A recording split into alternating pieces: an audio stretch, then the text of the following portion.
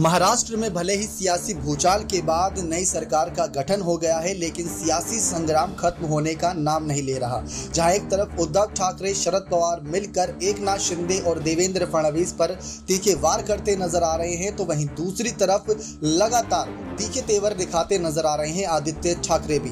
लेकिन शरद पवार का जो बयान निकलकर सामने आया था एकनाथ शिंदे के लिए कि 6 महीने के अंदर ये सरकार गिर जाएगी, और ये बात कई बार दोहरा चुके हैं खुद आदित्य ठाकरे भी, संजय राउत ने भी इस पर कई बार यहां पर सवाल खड़े किए थे।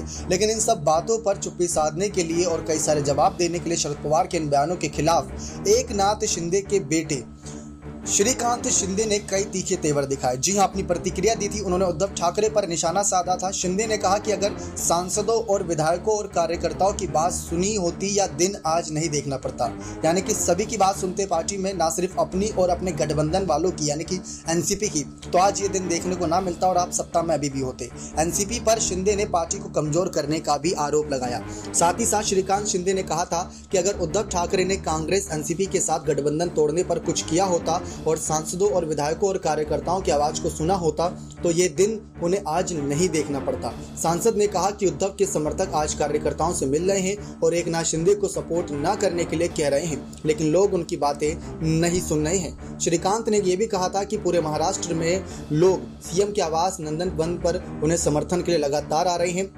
वे बोले कि शिवसेना और भाजपा के साथ आने से कार्यकर्ता खुश नजर आ रहे हैं। उन्होंने कहा कि कांग्रेस और एनसीपी के साथ गठबंधन के बारे में किसी ने नहीं सोचा था, लेकिन सत्ता हासिल करने के लिए गठबंधन बनाया गया है। उन्होंने कहा कि महाविकास अघाड़ी गठबंधन बनने के बाद जो एक शिवसेना को सीएम पद मिला और हमने सोचा कि पार्टी बढ़ेगी, लेकिन इसका उल्टा हुआ। वे बोले कि कई ग्रामीण चुनावों में पार्टी को हार का सामना करना पड़ा, क्योंकि लोगों का आक्रोश इस बात से था कि ये गठबंधन नहीं होना चाहिए था। ग्रामीण इलाकों में विधायकों और पार्टी के नेताओं ने शिकायत की थी कि एनसीपी पार्टी को कमजोर करने की कोशिश में जुटी है, लेकिन किसी ने बात नहीं सुनी। श्रीकांत ने कहा कि ग्रामीण इलाकों में एनसीपी ने अपने नेताओं को राशि मंजूर कर उनकी पार्टी को कमजोर करने की कोशिश में जुटी है। कुछ सांसदों ने उद्धव ठाकरे से इसे लेकर पहले ही शिकायत की थी, लेकिन कुछ एक्शन नहीं हुआ।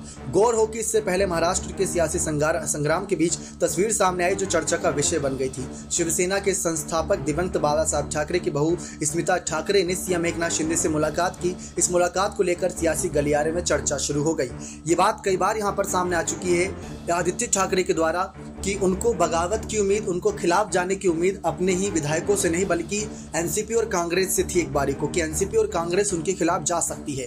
लेकिन जब अपने ही विधायकों ने यहाँ पर हमारे खिलाफ आवाज उठाई, तो बुरा इस बात का ज्यादा लगता नजर आया रश्मि, आदित्य ठाकरे और उद्धव ठाकरे को। लेकिन इन सब के बीच कई बार यहाँ पर कई बड़े दावे करते नजर आए एकनाथ शिंदे के बेटे श्रीकांत शिंदे, क्योंकि बगावत पर थे एकनाथ शिंदे और वो मीडिया के सामने नहीं आ रहे थे। तो ऐसे में श्रीकांत शिंदे ने ही कई सारे बयानबाजी जो थे संजय राउत का, उनका खुले तौर पर सामना भी किया था और खुले तौर पर जवाब भी दिया था। संजय राउत ने एक बारी को ये तक धमकी दे दी थी कि आपको मुंबई जब वापस आओगे तो आपकी हालत क्या होगी वो आप खुद समझदार हो, क्योंकि शिवसेना के सभी शिवसैनिक काफी आक्रोश में हैं। तो श्रीकांत के जो कह सकते हैं जो बयान थे उस वक्त वो यही थे कि आप ये धमकियां, ये गुंडागर्दी किसी और को दिखाना यहाँ नहीं चलने वाली, ये बात करते नजर आए थे सीएम एकनाथ शिंदे के बेटे श्रीकांत शिंदे संजय राउत के खिलाफ भी। तो लगातार तीखे तेवर यहाँ पर दिखा रहे हैं अगर उद्धव, शरद और आदित्य ठाकरे भी, तो श्रीकांत शिंदे उनका जवाब देते नजर आ रहे हैं। लेकिन क्या आपको सचमुच लगता है कि महाविकास अघाड़ी के गठबंधन के बावजूद ही यहाँ पर शिवसेना का पतन होता नजर आया, यानी कि उद्धव ठाकरे सत्ता से हाथ धोते नजर आए? तो अपनी राय खोलकर कॉमेंट सेक्शन में रख सकते हैं। नेक्स्ट 9 न्यूज रूम की रिपोर्ट।